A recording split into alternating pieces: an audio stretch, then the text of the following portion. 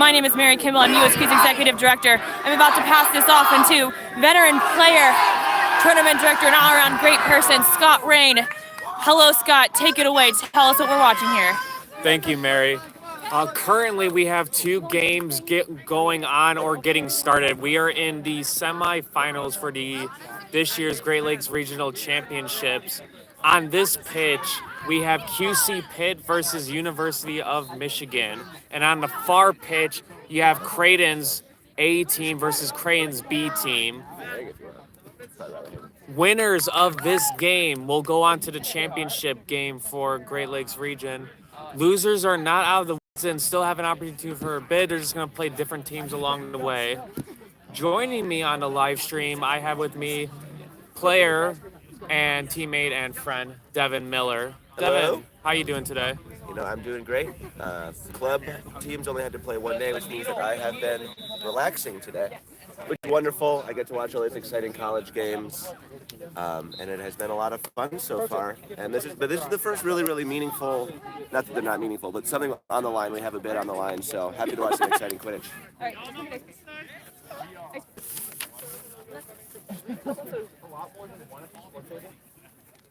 Just move on with your life, Alec. Oh my God. Everything. Looks like we're just about underway. Star referee Danny on the pitch. Joined by teammate Alec Powers as well. And looks like we're having some issues with the bludger. Those issues can include everything from too inflated to deflated. Not inflated enough. Here's some Quidditch trivia for those of you trying to pass your AR test. Scott, what happens if the bludger is impaled on the end of a broom? Man, what happens, Devin? Well, fun fact, that person is beat. The bludger, however, is dead. That means if you fling the bludger off of your broom and hit another player, it does not count as a beat. This question is on the AR test. If you have not taken it, you may not believe me. That is a question on the AR test. So for those that have been around the Quidditch world for a while, and maybe this is your first game that you're watching, we have a couple of new rule changes. We have a new brooms up start.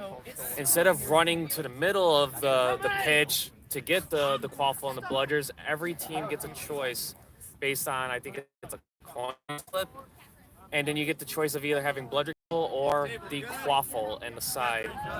A lot of teams have elected to, when they win that coin toss, to take bludger control, and it looks like University of Michigan will start with bludger control, and then UC Pitt will walk right to left to start their offense.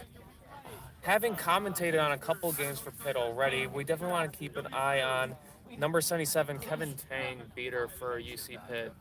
Played a hell of a series for them so far. Looks like both teams are ready. I think it's pretty clear that both teams are ready.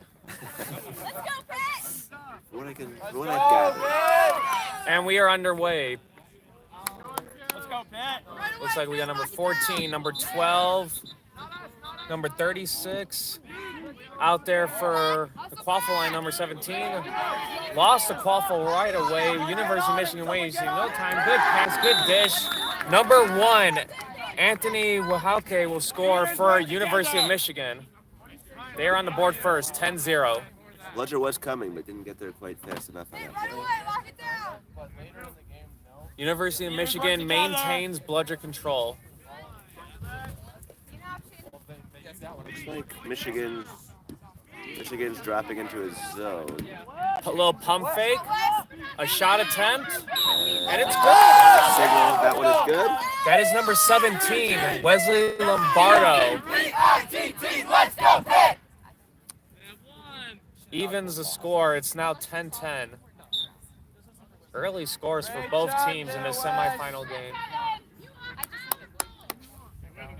It looks like Pitt's dropping into a man coverage on this possession. Very similar to other sports. You pick a person and stay on them as long as you can.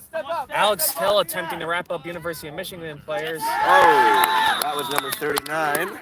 That was a good dish by number 40, keeper for Michigan, and number 39. I saw you were watching the forward. Or, sorry, no, that's 29. Oh, that's 29.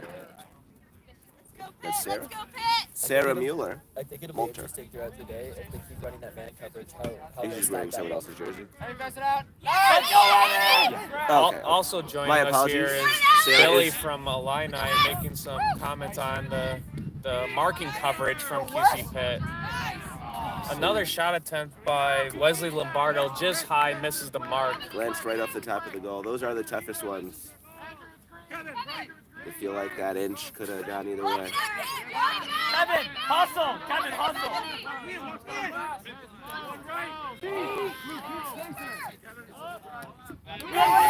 Let's go, good beat!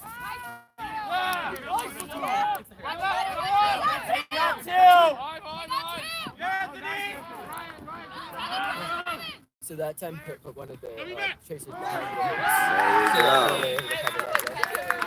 There is Anthony dunking again. He's off to the races today. 2 scores very quickly. Total of 3 for the show. Score is currently 30-10. University of Michigan is up by 2.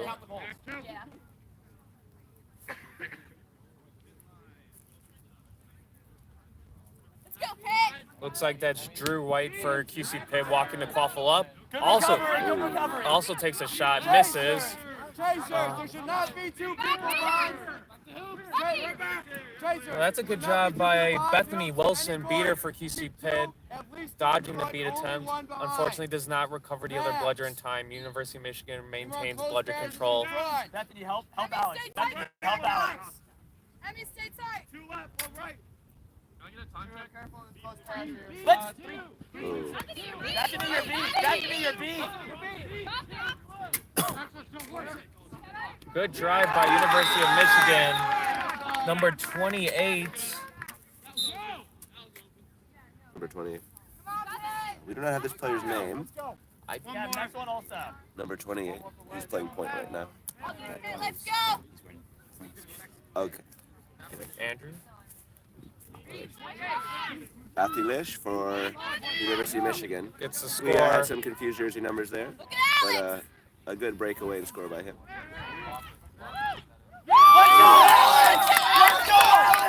Goal is good by Alex Hill for QC Pitt. Let's go, Pitt. Gotcha. That keeper is wearing my name. Gotcha. Okay. We're receiving word that some of Michigan's jerseys are for players that are injured. So bear with us. We're going to try to get the right names to you.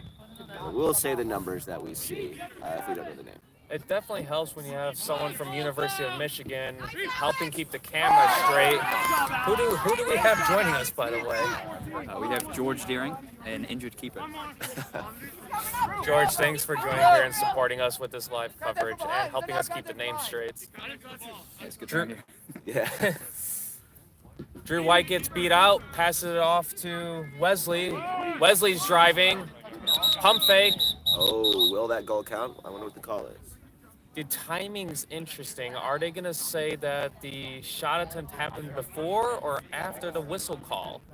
To my eyes, it looked like the shot came after, but it was right there. I believe the shot was good, but it looks like this player was just stopped for injury. Okay. Warning for face contact. Mr. Crispo making it very loud and clear what the call is. What a voice by that young man.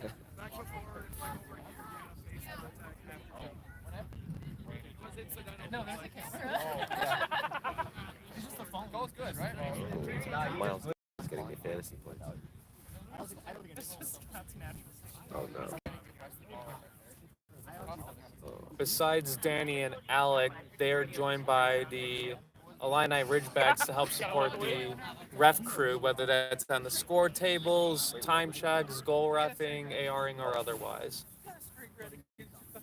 Looks like Danny's going to take a moment to confer with some of the refs on how we're going to proceed moving forward in this match.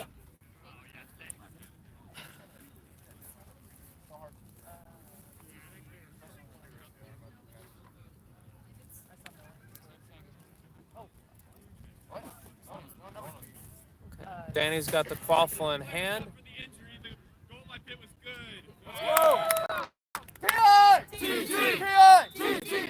Looks like there was an injury sub. The goal was good by QC Pitt. The score is now 40-30. Michigan is up by 1. QC Pitt had bludger control. One of the few opportunities they've had with that today. Ooh, that's a good catch by Michigan beater. Number 5, Ryan Sue. Great job by Ryan. Ooh, bringing the pressure. Ooh, good beat by QC Pitt.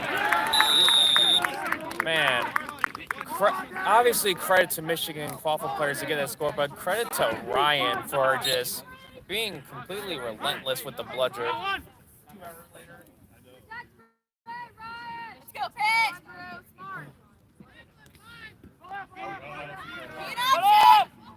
Ooh, some good ball movement. Good beat by Ryan.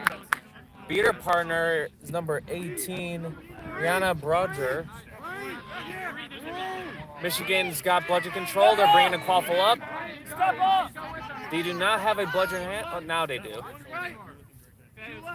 Scooped up by number 11. That is Marie Jones for QC Pitt. Clear. And this, Good pass. Being wrapped up. Looks like we got a turtling situation.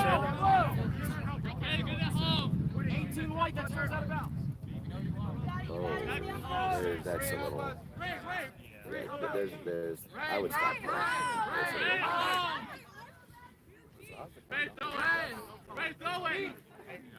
So just to clarify what's happening here, when we say the phrase turtling in the Quidditch world, it literally means a quaffle person has the quaffle in there, just holding on to it for dear life until they can get some hoard or get up safely.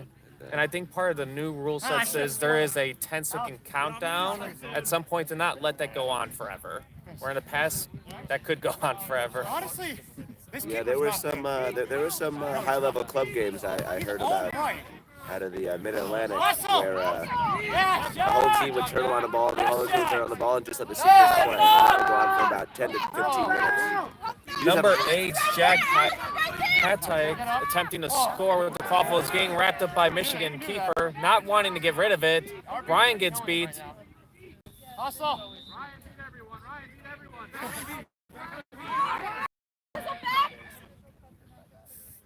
Team's yelling at Ryan.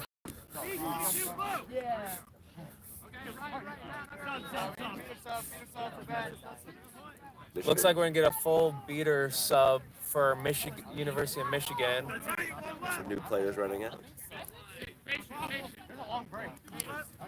Neil Peterson has the quaffle for University of Michigan. Good beat. Passes off. Number 6 is doing a good job. Brady Dutton for University of Michigan. However, Michigan does not capitalize. Drew White recovers the quaffle and is going to get a sub. A new keeper, a new chaser coming in. That's Trent Howe and Spencer Reisick for QC Pitt coming in. there should be. Also out there is number 81, Spencer Gerhard, beater for QC Pitt. Looks like we got a stoppage of play. Score check is University of Michigan is up 50-30. 8:38. Captain Rogers is informing me that it's 8:38. Captain Rogers is great, fun fact. Are you part of the fan club, Scotty? Yes. Like, when's the merch coming out? I want pancake merch with Catherine's face on it. So for those watching at home, we are referring to none other than Captain Rogers, all-star beater for the Ridgebacks of Illini. She loves when we put her on the spot about things. Looks like play is going to resume shortly. Refs are just discussing. I'll be honest, I'm not quite sure. It's hard to kind of tell what they're saying over there in regards to the on-pitch play. We're gonna have a feeling back there. I missed one. Should have had that. We do have a really star-studded sideline. We have none other than Loyola alum Nick Jump. People talk about a 6'2" athlete in baseball. Well, we have him in Quidditch too, and Nick is one of them. And we have Ali Marcus. Totally. We also have Ali Marcus, potentially the best beater in the Midwest. God damn it, Kat. Yeah, she's happy me. Some have called Ali the best beater in the Midwest. It looks like we're getting a card delegated on the pitch. Looks like we're gonna get some words from Danny. So just to clarify, the card is on QC's pitch number 81 for ignoring a beat call.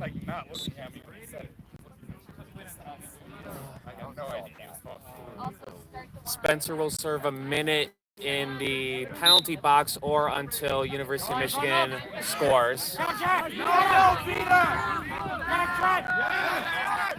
A low pass, but still able to capitalize.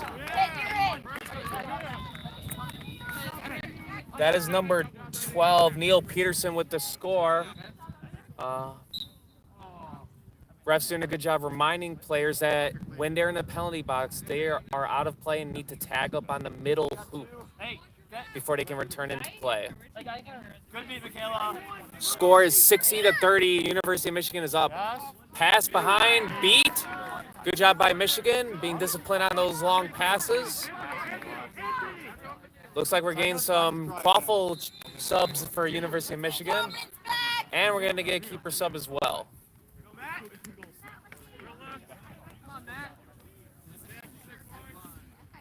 And a quick score update, it is 60-30 in favor of Michigan. Some good beats by Brady Duckham. Good drive, good shot. That is 0-0 chaser for University of Michigan. Timeout. Hustle. Everyone hurry over. So every team's allowed one timeout, and QC Pitt's elected to use theirs right now. Okay, so 0-0. So Noah is credited with the last score for University of Michigan, extending their lead. It is now 70-30.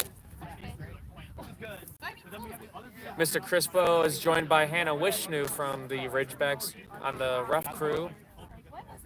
Walking off pitch. Danny, we are live streaming. Scotty, is that one of our best streamers out there?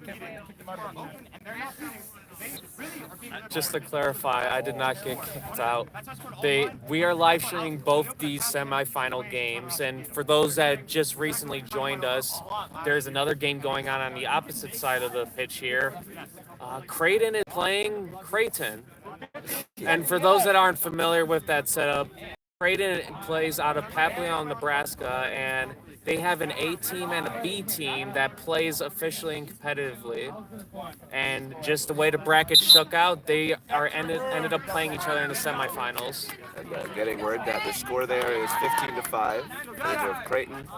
Probably not surprised that they're beating their B team, but it is a show of strength to have two of your teams playing for a bid. And interestingly, if Creighton hangs on to their... So we're about to resume play. If Creighton does get a bid, that opens up another spot for a team to get a bid. Creighton earned their bid at the Midwest Regionals, which means that they don't earn a bid today, so there will be another spot if they win that. We got a beater sub for Pitt. That's Ben Raymond, number 22. Number 9's got the quaffle. Spencer gets wrapped up by Michigan. I believe that's Noah that scooped up the quaffle for University of Michigan. They're driving. One for the beat. Is able to sneak it in for Michigan. Score is now 80-30. 0-0. That's Noah again. His second goal in this last flurry of activity. Spencer will walk the quaffle up for QC Pitt. Wesley subs in for QC Pitt, and they are also joined by Trent Howe at the quaffle position.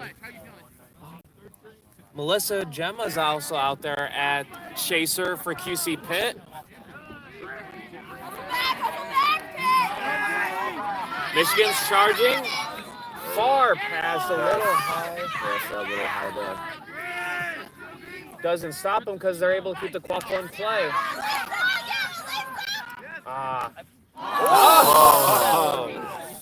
Man. And Noah's shot just blanked on the rim there. Those are really painful. Those ones hurt. Those are the ones you remember from the game. The collective sigh from the sidelines. But really good playing to get open there. Ran around the whole defense.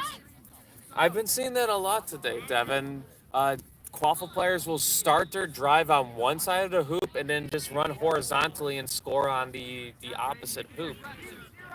The defense has to be ready for that. Because if not, they can just get a cookie. Wesley passes it off.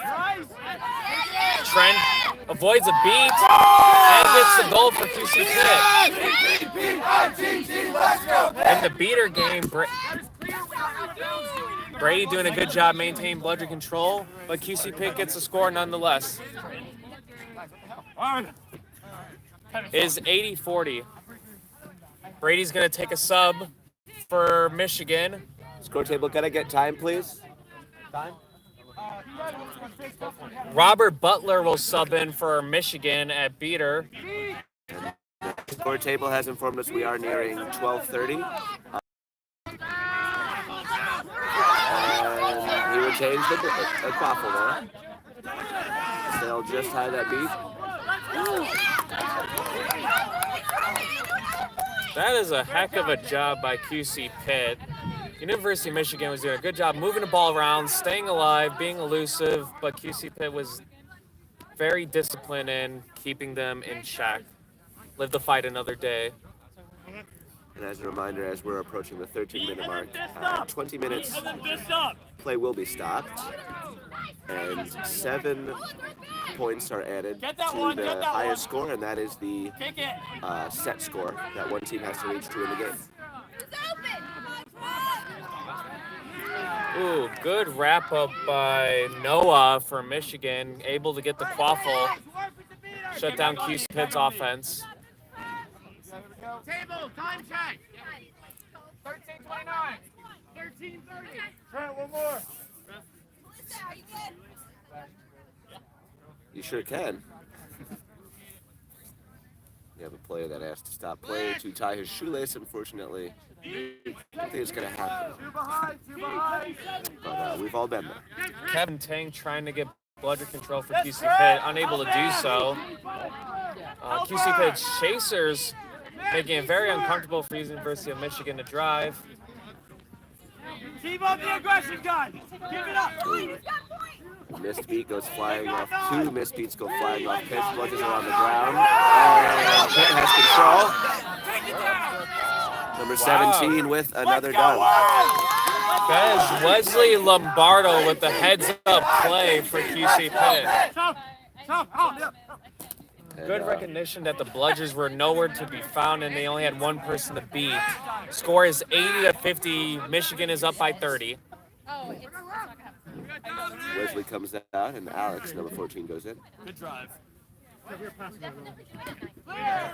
Pick it up, pick it up. If you hear clear calls, that means no one was hit with the bludger. Let's go, Kevin.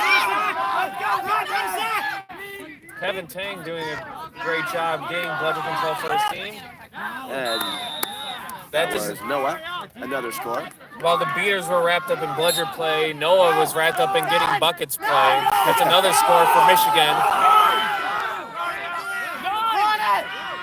You might be hearing from the sidelines, none. Usually refers to no bludgers, no beaters. Keeper number 9. And that was Spencer Reisig who scored. He wouldn't call it a breakaway. He walked in. Defense didn't seem too keen to stop him there. And he put it through the goal. Score is 90-60. Alec Powers getting a reminder that they got to stay within their bench parameters. Off pitch, that is, or off the gameplay pitch, that is. Ooh. And we have a good beat as Pitt picks it at midfield. Alex getting wrapped up. Zach recovers the quaffle, hands it off to Spencer. Spencer high pass back to Alex. Alex recovers. High pass might again. go off pitch. Oh, the kick sends it off pitch. Yeah, two players collide there. It's like two infielders in baseball kind of bobble that one out of bounds. Guys, the ball's on the ground like that. Two hands, pick it up.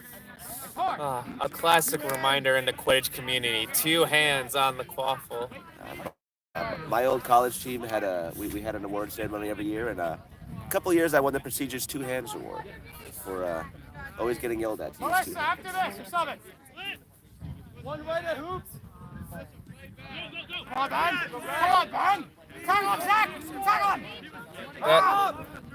Neil's got the quaffle and the score for Michigan. Neil Peterson, number 12. The bank is open on that one. We are now into the triple digits as Michigan is up 100-60. 4-point game.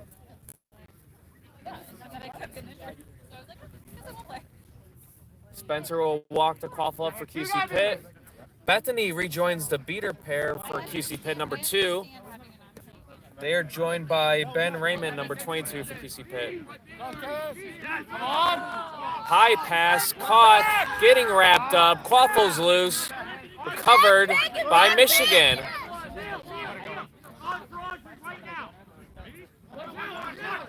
Yes. Ooh. You gotta get that. Ooh, that was a fun play by Zach Smith.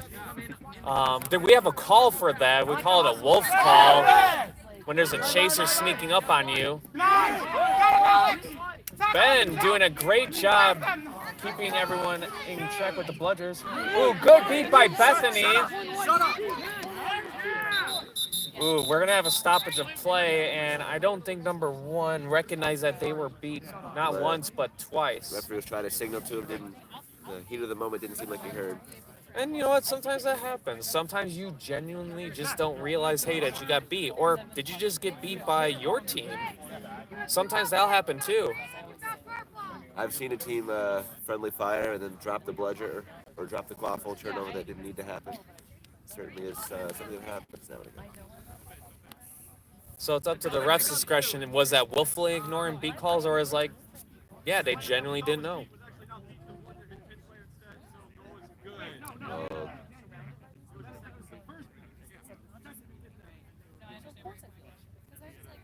Interesting. I don't know. Okay. So to clarify for folks at home, there was 2 beat attempts on the play. The first beat from QC Pitt hit their own player, which is that friendly fire that we were talking about. That second beat ended up hitting Michigan's number 1, Anthony, which was before the score attempt. So that is going to be a no good score for Michigan. Score remains 100-60. Number 9, Spencer Reisig will walk the quaffle up. We have a fast break situation. Michigan does not have any bludgers. And that goes just over the goal. For Pitt, you do have a feeling you could have gotten more out of that. That shot sailed a little high. We got a stoppage of play. So for those new to Quidditch or wanting to better understand the rules, when bludgers roll off pitch, it's up to the ref's job to identify the next closest beater. So you'll see them point people out, hey, this is your bludger, this is going to you, vice versa. Michigan currently has bludger control on their side of the pitch. Ben's about to pick up this for QC Pitt.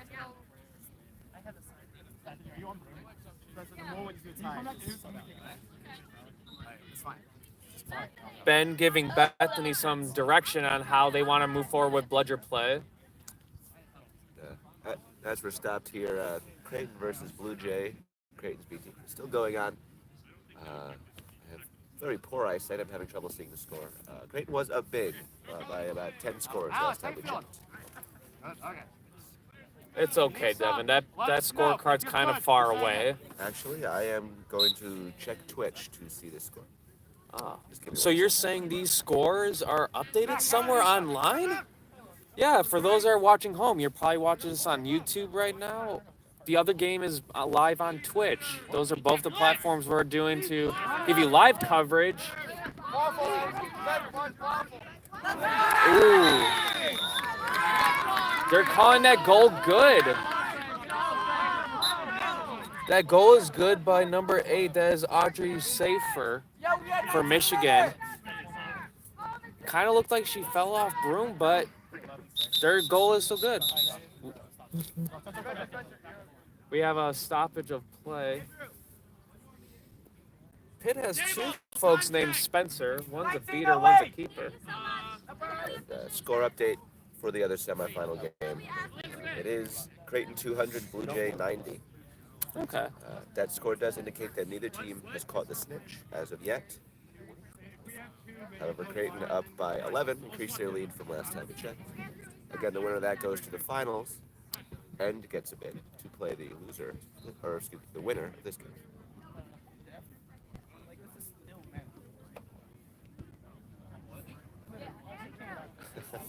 Aw. Appreciate the shout out from veteran Quidditch player and wonderful person, Matt Pesh. You got it, buddy. Don't stop being you. I mean, I had.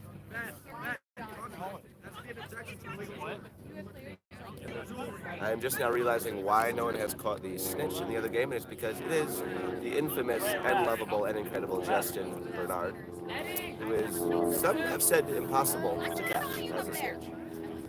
The caliber of snitches during this. Oh, Oh man. back to this game. That's a big update. I think they've got a specific marker for it. Hey Alec, what team was that on? Michigan. So Michigan number 3. Thank you. So behind the line, both of you. We are getting scolded by the referees. Alec doing their job well. Alec is, of course, an incredible referee, one of the best in the Midwest, if not Together, the guys, best work in the together. Midwest. Beat, rest it behind. So, for those that have been watching or familiar with Quidditch, we have a graded carding system. Quick update, Drew White just scored for QC Pitt. There are blue cards, there are yellow cards, and there are red cards. Michigan's number 3 was just dealt a red card for illegal jewelry. No, not far, not far. Close on those. Jewelry of any kind is not okay in Quidditch. 1940. 1940. Make sure you're loud. 1940, we have 20 seconds left before intermission. And for those of you maybe not familiar with this rule change, 9, 8, 7, 6, 5, That is Michigan's keeper with the score. This will be the last possession before the 20-minute mark. Drew White will walk up to Quaffle. Pass to Alex. Dodge. Getting wrapped up. And that will do it. score is 12-7. We're going to add 7 to that 12, so the set score that one team will need to reach to win is going to be 19. The snitch catch is 33.5, 35 if you're going with the 10. Oh, yeah, this is back. I was like, it's not. And So- oh, go ahead, Scotty. So this can end a couple different ways for both teams. One is obviously what makes the sport so unique is catching the snitch. The snitch gives you 35 points. However, it doesn't end the game right away. The set score will end the game right away, depending on the timing of the snitch catch. You can also just keep doing what you've been doing and getting buckets in the Quaffle game. It really doesn't matter at this point as long as you get to the set score as Devin shared, which is 190. One tidbit I learned last game. I was in as goal ref last game for the U of I versus Emerson game. A team can call a timeout after this intermission to extend it another minute. Illini elected to take a timeout, so they got another minute to rest.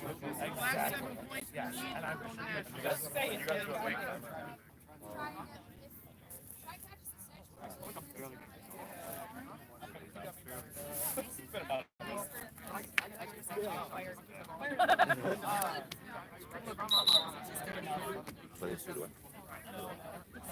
And score update from the other semifinal game. Creighton 22. Make that Creighton 23 to Blue Jay 11. Once again, no one has caught the snitch. Justin is going strong, as he often, I would say, as he always does. Devin, if you're QC Pitt, what do you think you need to do at the moment to kind of get closer to more back into this game? They're down by 5. It's not a huge hill to climb, but a hill to climb nonetheless. From what I've seen, Pitt's had a lot of chances. I think they need to make the most of their breakaway chances. I've seen a couple breakaways. They should have just drove in and dunked. I think that's the way. They should have just drove in and dunked the quaffle. Instead, they chose to take a long shot, which most of them sail over under. Just get in the face of make them tackle you, I would say, as opposed to fearing the tackle. So taking their opportunities, taking better opportunities, and then executing on those opportunities. Seekers are released, and Snitch on Pitch begins. Honestly, it's one of my favorite parts about this game because it usually means chaos and shenanigans. And it usually means the beater is going to focus on snitch play, which means the chasers and keepers get to run around unsupervised.